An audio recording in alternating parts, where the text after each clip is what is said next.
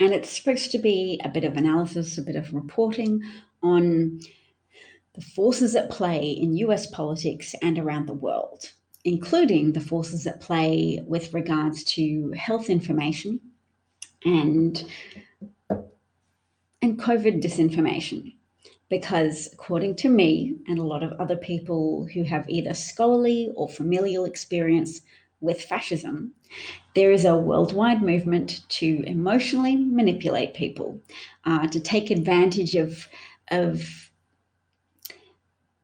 the sense of overwhelm that some people have in a world in which a lot of information is readily available, and it can feel hard to be a responsible adult.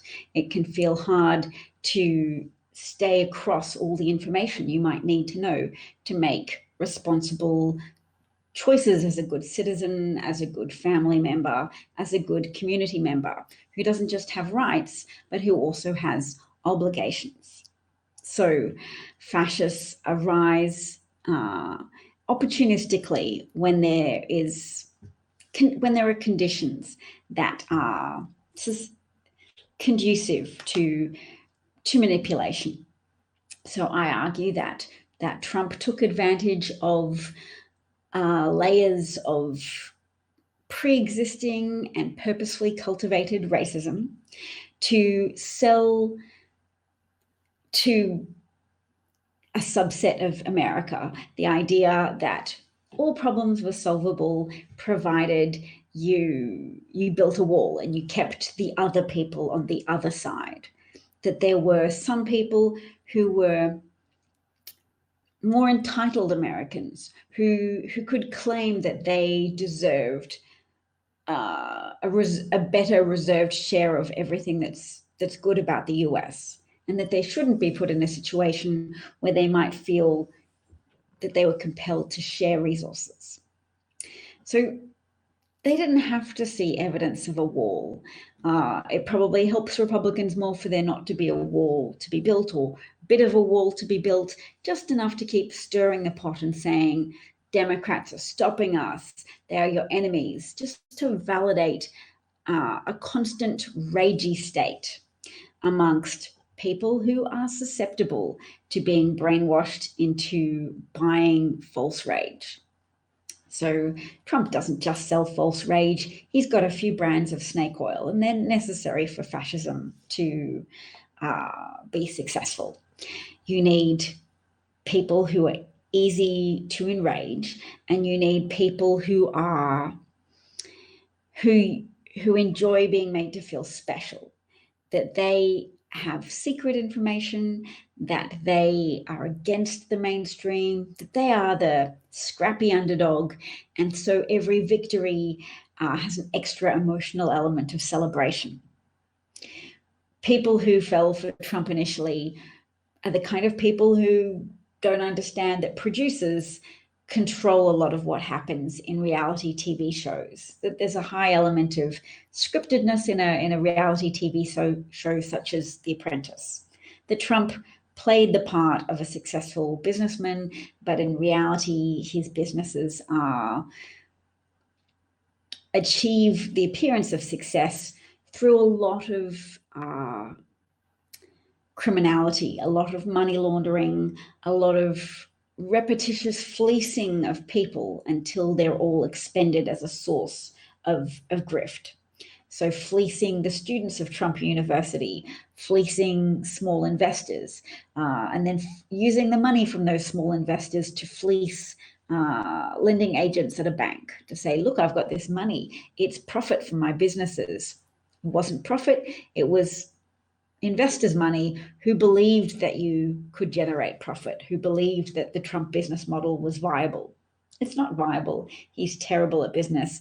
He's had multiple casinos go bankrupt on him because his actual business skills are quite poor, but his ability to grift and to emotionally manipulate, to command loyalty, to play people off against each other, to play investors' money off as evidence to banks, to call journalists and fabricate a slightly altered voice and claim to be his own chief financial officer, John Barron, and tell a journalist that Forbes should absolutely put him on the 400 wealthiest list on Forbes, because he had all these assets that weren't documented in paper form. Christopher Lucas is here. Hello. And he says, good morning, Professor Senator Davina. Why, thank you. I did put a few things in the hashtags I used for today's broadcast. I put in, what did I put in? I put in Obama, because Obama had a birthday party. And I've spent a few days now arguing, probably fruitlessly, with a Trump supporter.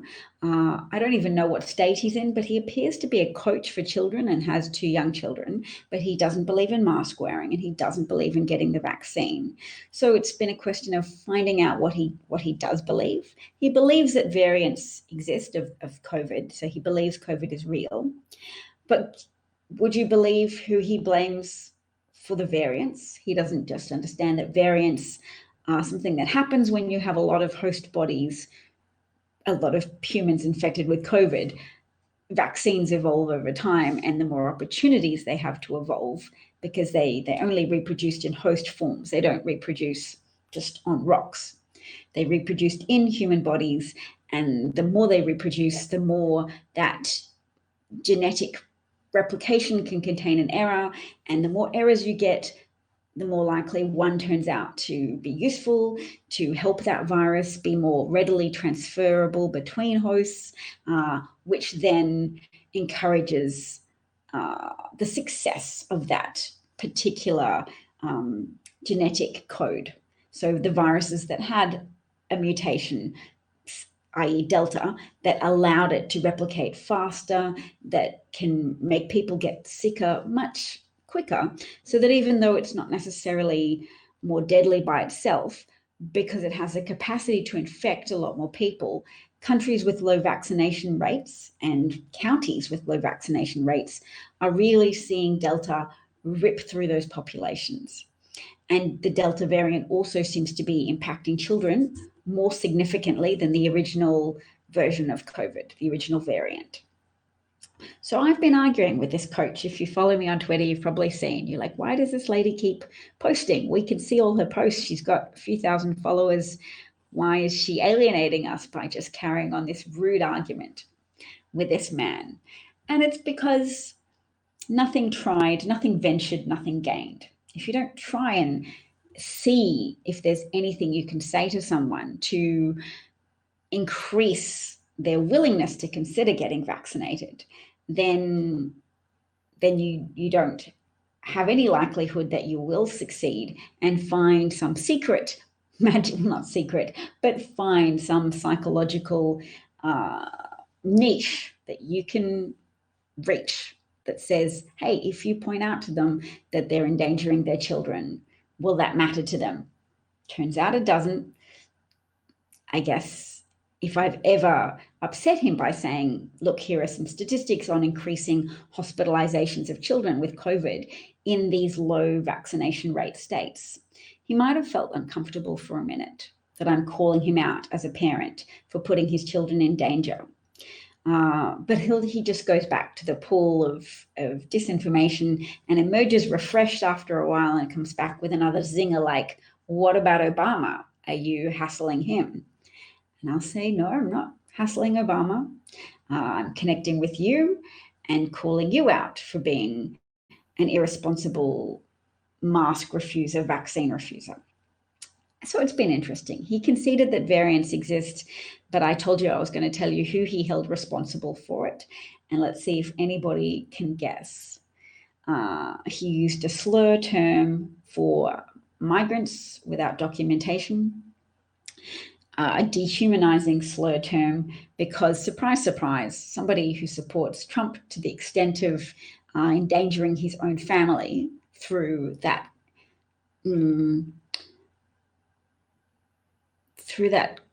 badly expressed version of loyalty, whereby MAGA people, whether they're conscious of this or not, are participating in a plan to sabotage the Biden administration, to try and make Trump look better for his pandemicidal level of homicidal neglect of the American people, as expressed through his not only lack of COVID response, not only refusal to use his powers as president to activate the Defense Production Act of 1953 and compel companies to increase domestic production of protective equipment such as masks and gowns, but also actively killing people by withholding information such as the airborne nature of COVID. And we have evidence that he purposely withheld that because he expressed his understanding of COVID to a journalist in February of 2020. He explained that yes, COVID was airborne and so more contagious than other diseases, and that it could be contracted by people who are young as well as people who are old.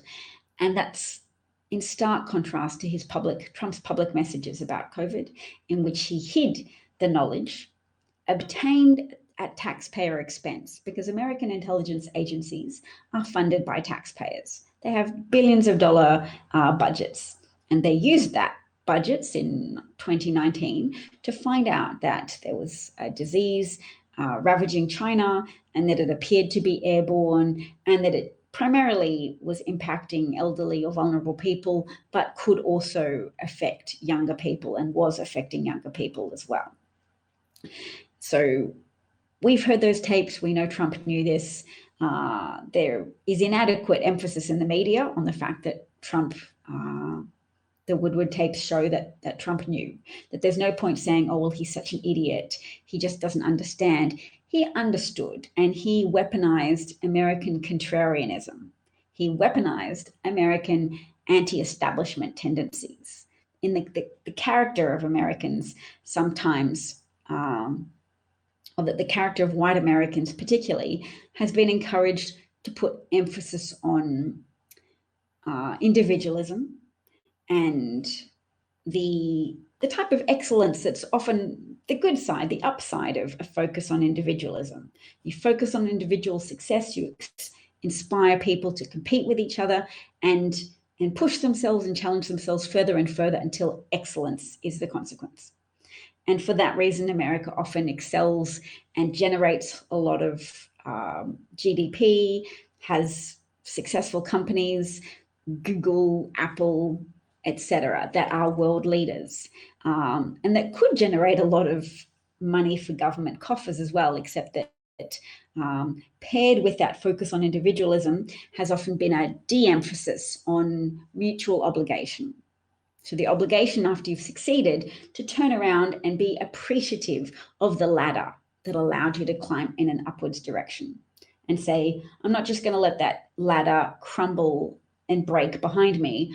I'm going to pay a fair share of taxes so that ladder is maintained in good condition, and that people who are willing to climb will be able to avail themselves of that same ladder. And in this telling, the ladder is a metaphor for infrastructure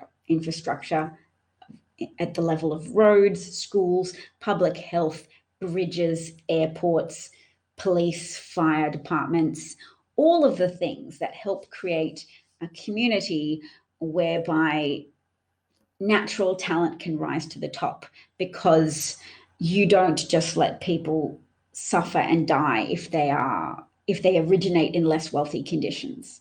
That children, regardless of origin, can still have access to clean drinking water and quality public health measures and public libraries and decent public schools. And that's how you create the alchemy or the synergy that results in very successful people. When the playing field is open enough that people from all walks of life can use that valuable ladder, that's not just a product of having wealthy parents. It creates a pathway for people with diligence, perseverance, etc. But the wealthy people have to admit to the existence of the ladder. They have to acknowledge they didn't create the ladder predated them. It's just a tried and tested strategy of having good infrastructure, and that helps. Google doesn't succeed without the work of other people to have scientists educated at public schools who help develop technology that allows people to have computers and so use Google. And for Apple to exist, you had to have the pre-existing good infrastructure in America, a product of many things, but including high marginal tax rates on wealthy people. So you earned over a certain amount of millions of dollars, you paid a substantial proportion of that, above 10 million, to the government, who spends it on the behalf of the people in general, creating a more meritocracy favoring society, genuine meritocracy, and not just the kind of meritocracy whereby rich people pay for tutors for their children and then sell their inherent superiority as wealthy people. Oh, Chris is here and said, hi, Dav, welcome to the US. Hope you are well. Thank you. I think I am well. Norma Jean's here and said, getting vaccinated, wearing a mask, it's Darwinism, and welcome to America. I can't celebrate the Darwinism because I don't think it is Darwinism. I've struggled with this. I think it's a naturalistic fallacy, but also just a function of us feeling disempowered. And we can't do that. I've always argued in the context of Trumpian fascism that we had to fight amongst ourselves to ensure none of us got discouraged and to ensure we found avenues to expend our anxious energy to help defeat Trumpism. And we did. We managed to eject Trump from office. But those forces of destruction are still operational in other ways because it's part of the Republican Party to hoodwink people into overemphasizing individualism, de-emphasizing mutual obligation and mutual support, pretending that all of America's excellence is a product of dismissing taxation and minimizing tax as much as possible for wealthy people. And pretending that you don't owe anything to anyone else, that it's all about your choice and your freedom, and you should never consider, will it make other people sick if I refuse to get the vaccine? Because maybe COVID won't affect me seriously. Maybe I'll just have an asymptomatic case and just get some other people around me sick. That's not my problem. That is what a destructive level of individualistic thinking results in. So my argument is that Darwinism is not what's happening here, and I'm keen to dispel that idea, because what I think is happening is a Republican initiative to try and undermine public schools so that teachers don't want to work in public schools and parents won't want to send their children to public schools. Because it doesn't ever have to be universal. If you get a substantial subset of people who have reasonable anxiety about sending their children to school, knowing that some parents will be cult members and refuse to get the vaccine for no good reason, knowing that some parents will be opposed to masks, and in some states, mask mandates will be actively outlawed by Republican leaders. That's going to erode attendance at public schools. It's going to make schools more dangerous.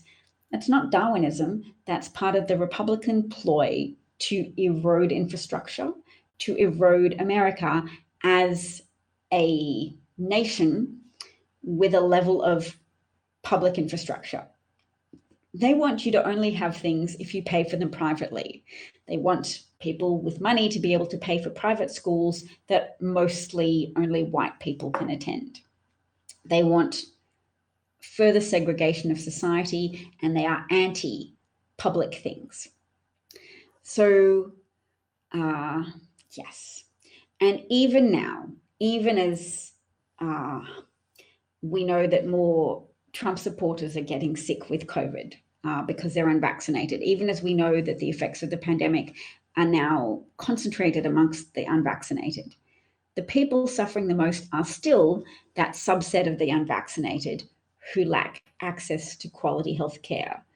And the ranks of those people are still disproportionately occupied by Black Americans who don't have quality access to health care.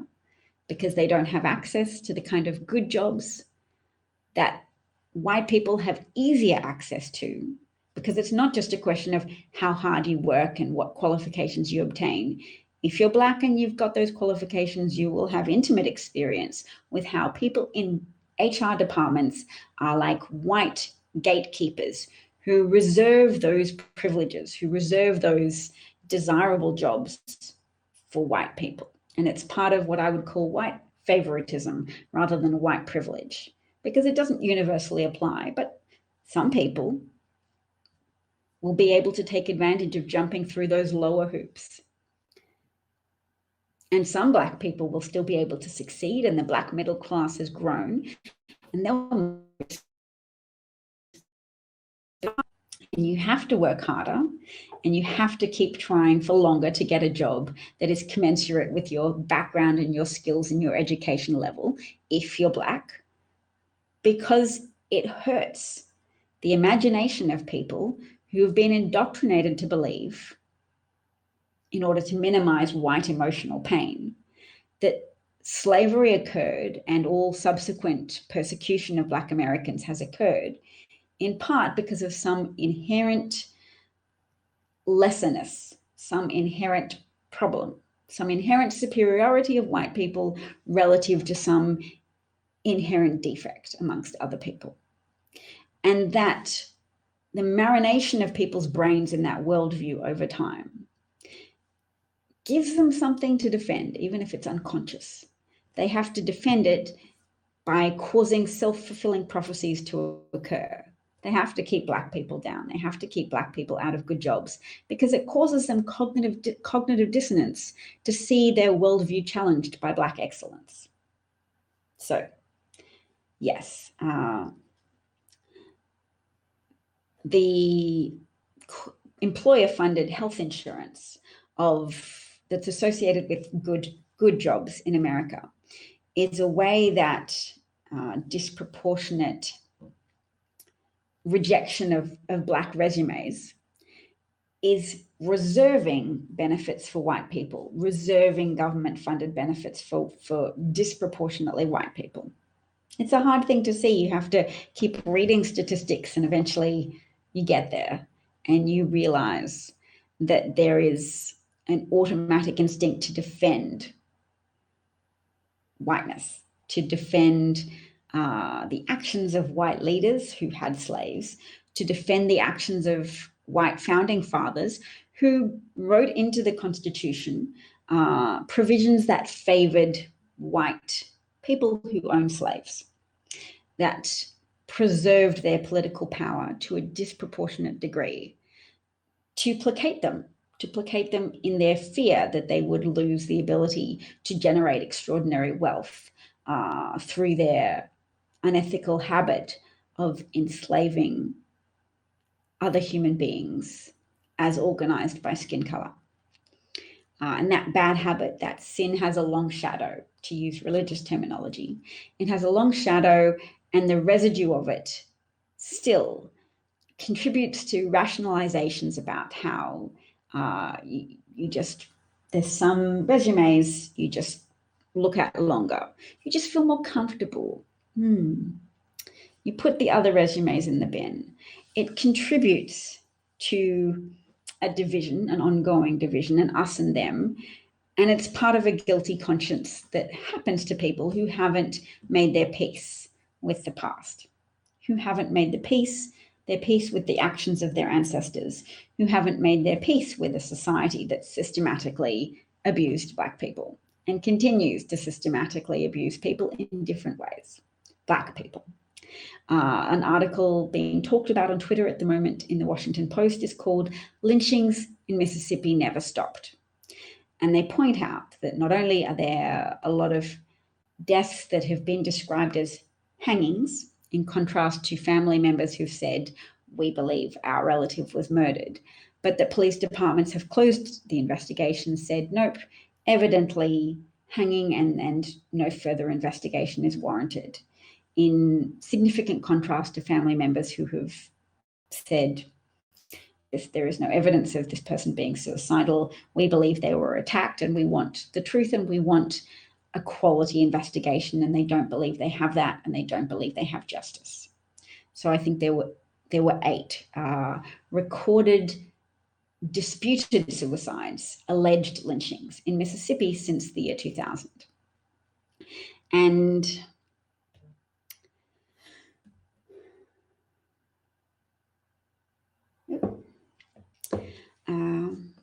so I will bring up former governor of Florida, Rick Scott, because one hope I have is how much Americans took to the streets when after George Floyd was viciously murdered in public.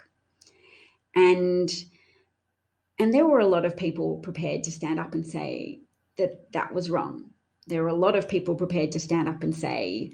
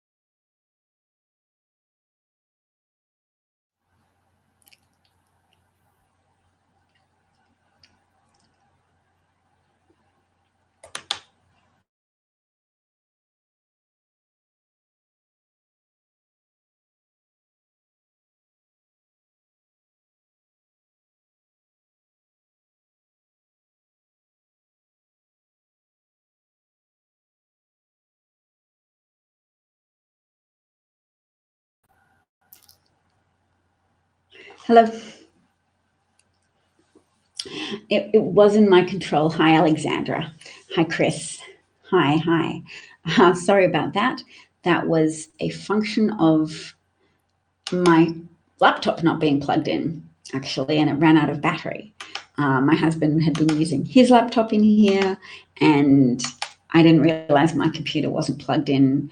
And then once I started broadcasting, I was oblivious to the notes. John says, welcome back, Dav. Thank you. So yes, I was talking about Florida, because Florida and Mississippi are seeing very significant outbreaks of COVID, and particularly amongst children. Well, children are being admitted to hospital at a rate that's disproportionate to their share of the population. I need to go back to school and take a class in statistics. Actually, I live in Boston now. I should find something at Harvard or somewhere to help people talk about statistics. And if there's not something available, I should make it available to help give me the language and the science to talk about the science of mathematics to be able to talk about probability and epidemiology in a more informed way. But until then, I still look to just experts in the field. I don't look to YouTube experts. I don't look to the kind of people that are often promoted by social media algorithms, people who get outrage clicks by making big accusations. I myself make big accusations of politicians. So I'm accusing Trump of pandemicide. I'm accusing his co-conspirators of helping him illegitimately consolidate power. I'm accusing them of all of participating in the outright murder and harm of hundreds of thousands of Americans, and of doing so purposefully in the hope that more people in blue states would be affected and that they could then continue feeding their base outrage points about how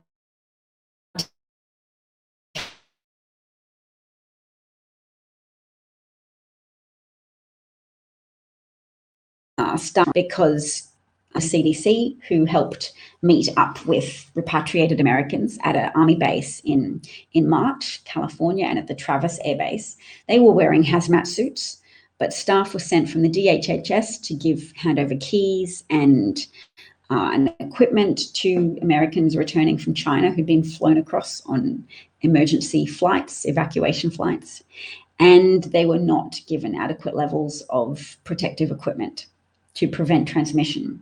And those DHHS staff then returned, but also circulated around California at a time at which Trump knew that the disease was airborne and that just merely being in the presence of someone, even an asymptomatic infected person, could result in contamination.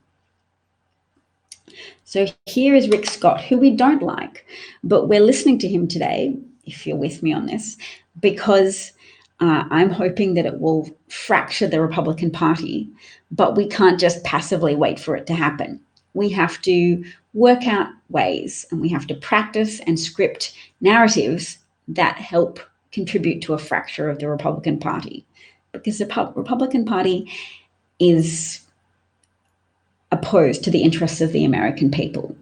The Republican Party has found a niche in catering to the worst emotions of a subset of the population. But even then, they're undermining the lives of their voters. They're undermining the economy for everyone. They're sabotaging job recovery efforts from the Biden administration. They're undermining public health by making laws in opposition to the public health initiatives. So which governor is it? There's a governor of the one who changed his mind and said, I regret signing into law a mandate forbidding schools to mandate masks. And he regrets that. And I think his name is Ash. He's probably going to be on a lot of TV shows today. GOP governor, regret.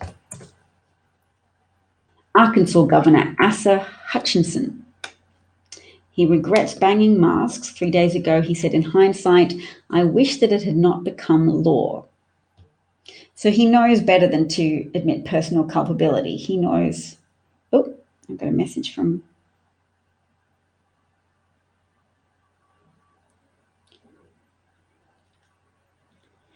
someone who is hanging out with my children.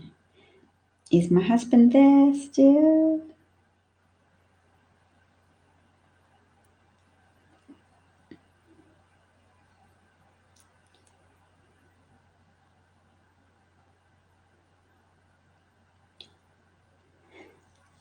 All right. So Asha regrets it, and listen to Rick Scott, who's going to tread the delicate tightrope of saying, oh, absolutely, I believe in vaccinations, and it's sad and regrettable when unvaccinated people that die, but he still wants to reinforce this narrative of America's about individual freedom. So you don't tell anybody what to do. And the clip ends with him making this extraordinary comparison to saying, I love my mother, but I don't want her to tell me what to do. So it's extraordinary, and we can't just be surprised by it. What we have to do is practice saying, Republicans, they say America's not about ever being told what to do. So Republicans essentially are about throwing away your seatbelt, your bicycle helmet, throwing out regulations to govern your drinking water, because nobody should ever tell anybody else what to do. We should just be running wild. And that might get through to persuadable people, conservative-minded people who think, oh, Republicans are the party that protects religion. They fought for church attendance even when Democrats were saying, no, don't congregate in indoor settings because you can get sick and die. There were some people saying, well, that's all a beat up from people trying to make Trump look bad, and COVID's definitely going to be over the day after the election. So people who say things as intense as that may not ever be persuadable. And as I said, I've been experimenting with trying to persuade just one man on the internet, having no luck, and he's gotten kind of frustrated and started calling me very explicit names. He called me the C word, and then he called me the B word, and he said to your children, oh yeah, he accused me of being a lonely person and unable to satisfy anybody. And I said, I'm a happily married mom of 2, and you're going to see more moms with children under 12 get loud as school potentially returns, and people don't appreciate Republican and Trump allied people exposing their children to unnecessary danger, putting their children in harm's way by insisting that they have no obligation to anybody else to get vaccinated and help bring the pandemic to a close, that they are prolonging the pandemic by their own appetite for disinformation on the internet that makes them feel special and validated as truth seekers, who they don't just believe what people tell them in the media. No, they go to their own special sources for information. They go to the YouTube videos that get kicked off the internet sometimes because, clearly they, the elite, are trying to keep the truth. So, their appetite for disinformation is high. They're susceptible to emotional manipulation, not just because they're poorly educated, because even well-educated people can get caught up in these emotionally addictive cycles of everybody else is wrong and these are the only brave people willing to bring you the truth. That can be an addictive, reinforcing emotional cycle to get caught up in. So here we go. We're going to listen to Rick Scott for a minute. 2 minutes and 6 seconds.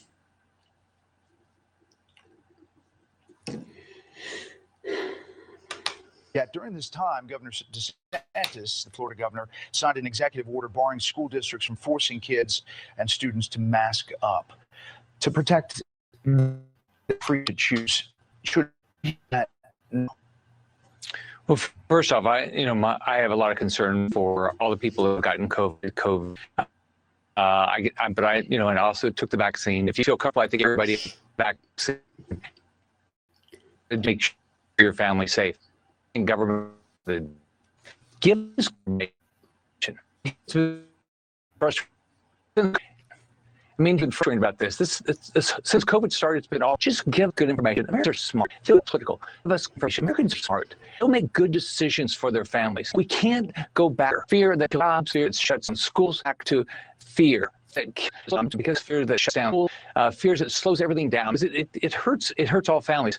Here's what I believe we ought to do at every level of government. Let's be honest. If you feel comfortable, get the vaccine.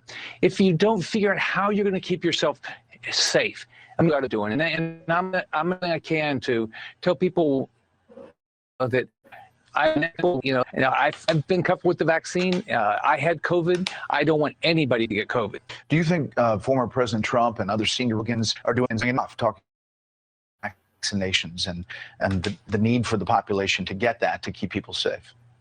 Well, he got the vaccine. I mean, I think it's good that they admit that Trump got the vaccine. Obviously, the anti-establishment narrative, the contrarian, defiant narrative is so strongly established that that susceptible pool of Republican voters and Republican vaccine refusers. We're always hoping, what if somebody does this? What if somebody says that? Will that change things for them? It's hard to change people who've drunk a whole cup of Kool-Aid.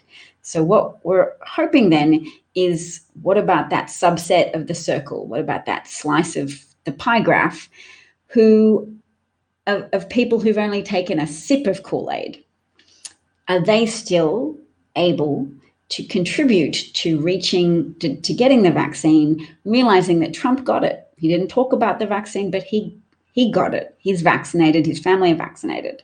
And that if you want what's best for your family and you don't want to lay down your life as a soldier to Trump by sabotaging Biden, by not getting the vaccine, if you don't want to do that, then help your country, help your community, help protect vulnerable children and get the vaccine, and advocate for mask mandates, because mask mandates help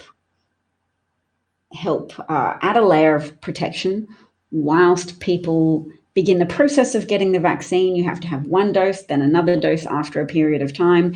And even after that, you're not considered to be optimally fully vaccinated until 2 weeks after your last dose. And then you have probably the requisite antibodies to fight off an infection if you get exposed to COVID. So what is Rick Scott doing? He's covering his butt. He's covering the butt of the Republican Party. They've probably seen some polling from suburbs which say women in suburbs, women with children under 12 and women with children over 12 are not going to be happy. Some Republicans are vaccinated, and if you've seen the light enough to get a vaccine, then you're not going to appreciate having your own efforts to be healthy and your own efforts to protect your schools and the economy and people's jobs undermined by people continuing to chant freedom and people continuing to falsely frame this as being a critical battle for individual freedoms against a tyrannical state, trying to just mindlessly impose things on you for the sake of exerting autocratic control, because that's not what's happening. There's a pandemic, it wasn't made up, and you can either accept that public health efforts are for public health, or you continue to fight them because you're just so mad that President Trump lost the election and you're so reluctant to agree that you did anything wrong.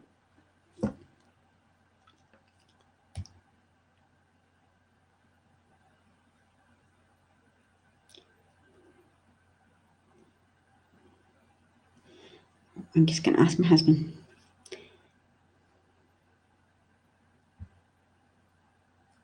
All right. So I might have to end the broadcast soon and go to the park with my kids. But in the meantime, let's do one more thing.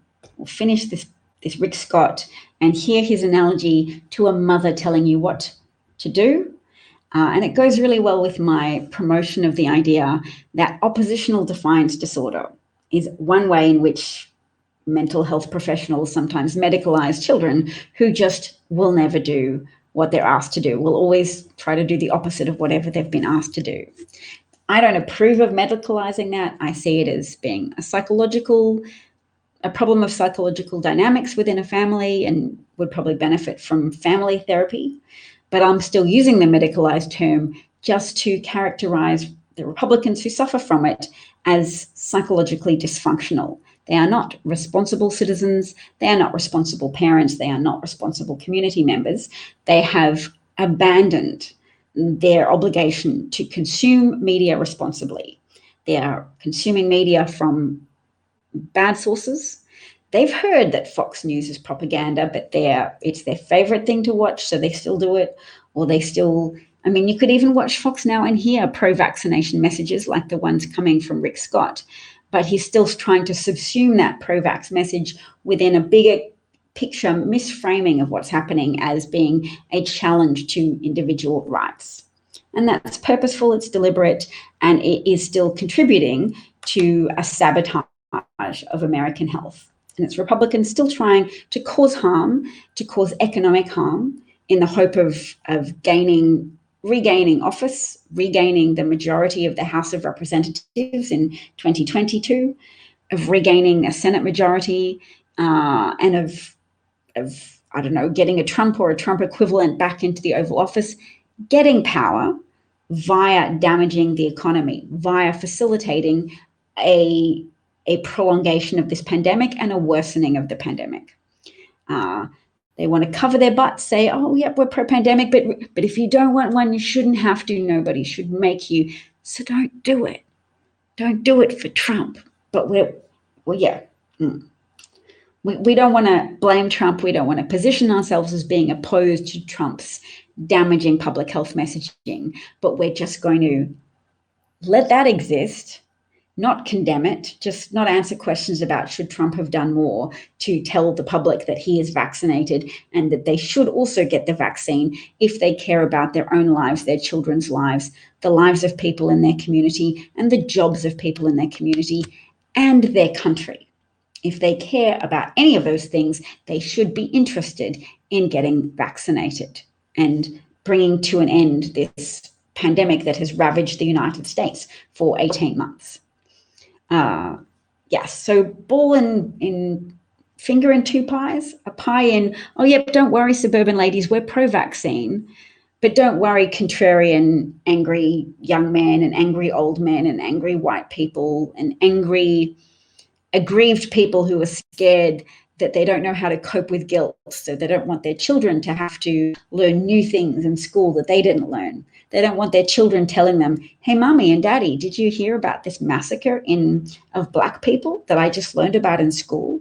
Did you know about the Tulsa massacre at Greenwood of white people burning down Black businesses and killing them, killing Black men, women, and children and burning down their houses and shops and churches and schools? Did you know that, mommy and daddy? No, you didn't, because a lot of American history was whitewashed. And a lot of American history continues to be whitewashed in schools, but things have been changing lately. And that fills people with fear. If you think about the resistance to learning new maths and the helplessness and frustration that sometimes parents feel when they can't relate to their children's maths homework, well, there's a whole bunch of white parents who clearly are very opposed to being unable to relate to their children learning a more honest version of American history. So I'm reclaiming this whole CRT debate. It's not anything to do with critical race theory. They're just extrapolating from that to say, to describe what's happening overall. And it is a real thing that's happening. American history is beginning to be taught more accurately. This is a fight over whether or not teachers get to more accurately teach American history to children, and for schools to improve on the sometimes very whitewashed, sometimes very patchy, overly positive retelling of the actions of white forebears in America. So I haven't had any comments for a while. Maybe nobody's watching anymore. I will nick off and go to the park. That's an Australian expression just meaning to leave. Thank you for welcoming me to your country. I'm so happy to be here. And if you ever have any suggestions as to what you would like me to do more of, or what avenues you think I could extend my skill set into, let me know. But I'm probably going to do some more stand-up comedy tonight. I did some last week and I really enjoyed it. And I think that could be good. John Ardmore says, Nick off, have a great afternoon. Jules Semaine 87 says, I'm listening, that was a good talk. Thank you, I'm glad you enjoyed it. And all the best. I'll probably do a broadcast again soon. Marsha was here and says, hi, Davina. Hello, Marsha.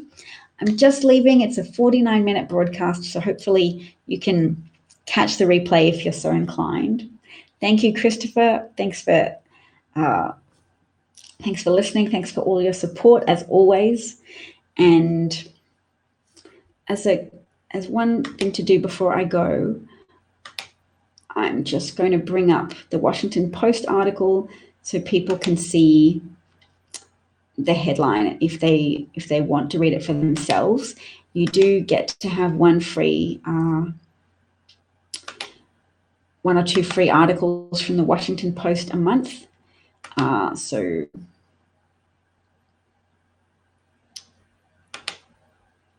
thanks for your patience.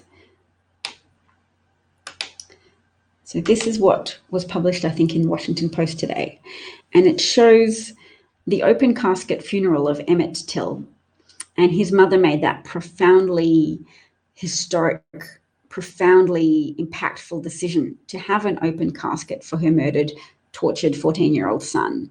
And that death, and not just his death, because other lynchings have happened at the time and subsequent to that, but the visibility, making that such an indecency that the world had to see, allowing thousands of people to walk into that funeral service, to that open casket farewell, and to see the face of a 14-year-old boy that had been treated in that way, to see the extent of white depravity, to see the extent of the depravity of white people who harbored such levels of animosity towards Black citizens of America, that they could do that without compunction, without stirrings of conscience, to a 14-year-old boy who they had been told had perhaps whistled at one of their wives. Perhaps whistled. Perhaps made some sexual overture. I don't believe that happened. I don't believe any sexual overture was made. The woman, Carol Bryant, or whatever her name is, may have taken offense to something from a boy who was from Chicago but was lynched in, where was he lynched in? Was it Mississippi? I apologize for not knowing. Yes, he was lynched in Mississippi. But that was a turning point for the civil rights movement. That was a galvanizing thing to happen. And that story tells itself. So there is a whole history that Black children are educated in, that Black Americans are educated in. They educate each other out of a self-preservation drive. Like, you need to know this. There are some white people who hate you, and it might be a lot. Can't easily quantify how many hate you, how much they hate you, and where those people might be, or how much your professed ally might betray you in your moment of need. You don't know, you just have to be on guard. And white children have been allowed to be oblivious. White children have been allowed to enjoy unadulterated positivity. History happened, it was great, the forefounders were great, everybody was great. There were some little blips in that. Yes, slavery, but it's over now. Anybody who keeps talking about it now is just racist against white people because they're just trying to hurt you via guilt. So we hurt them via slavery. Now they're trying to get their revenge in terms of inflicting bad feelings on us. Oh dear, the persecution. That happens.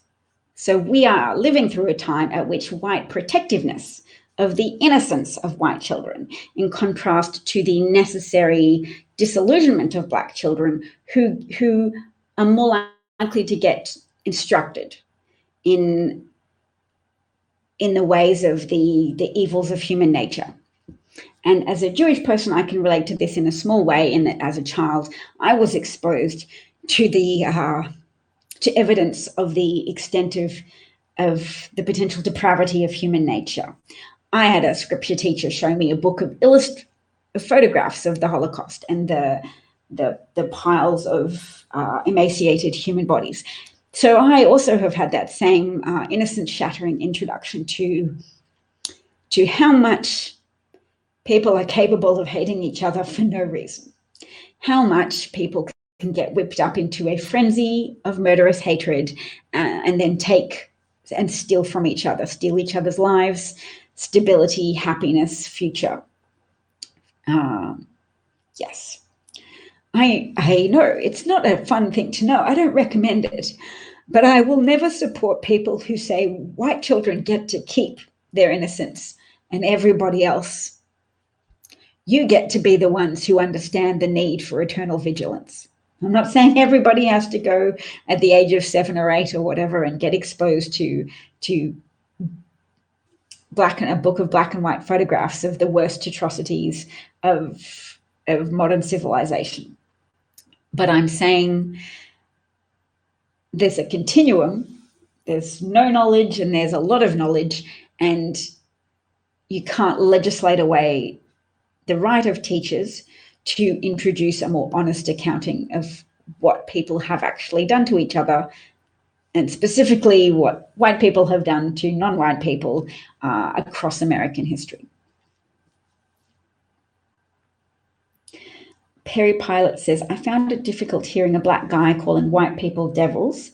My initial instinct was to rail against the reverse racism, but then you reflect on black history and wonder if he was right. Yes, I've seen people say the term reverse racism to a degree is meaningless because it's just a way of white people saying, hey, don't be prejudiced against us. But racism is a more structural word that refers to harm against marginalized people. So you can't call marginalized people, white people, marginalized, so the term racism doesn't apply. You could say prejudice. He might individually dislike all white people because of the actions of many white people. Growing up, we taught our white friends not to mention playing with us so we could have fun the next day. I'm sorry about that, Christopher. And saw somebody on Twitter tell a story of how a relative of hers had played with some black children, and as a consequence of her playing with some black children, the KKK lynched somebody outside her home as a deterrent. So they took somebody's life, which is just part of their messaging strategy, to argue against fraternization between white children and black children. So that would have obviously had a big psychological impact on that particular white girl who had the audacity to believe that other black children were human and worth playing with.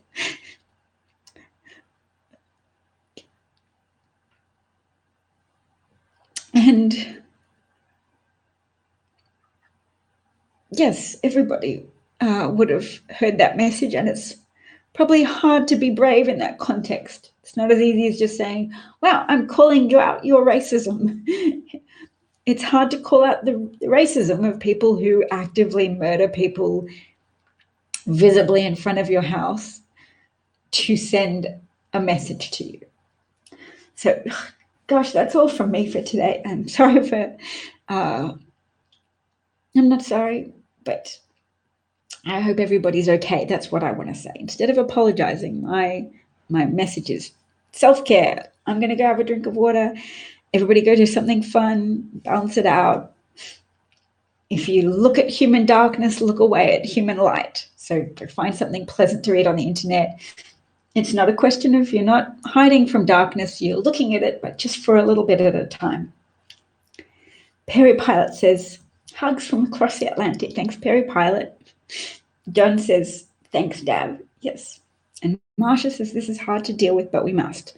Yes, we must. We really have to practice coming to terms with real history, and we have to model that for other people, because human awkwardness at dealing with discomfort is ruining our future.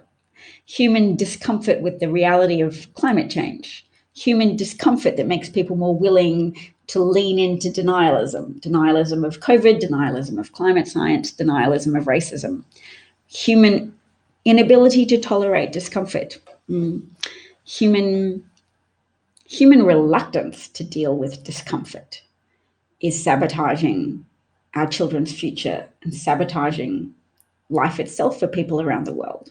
So people are dealing with disasters that are a result of exacerbated conditions.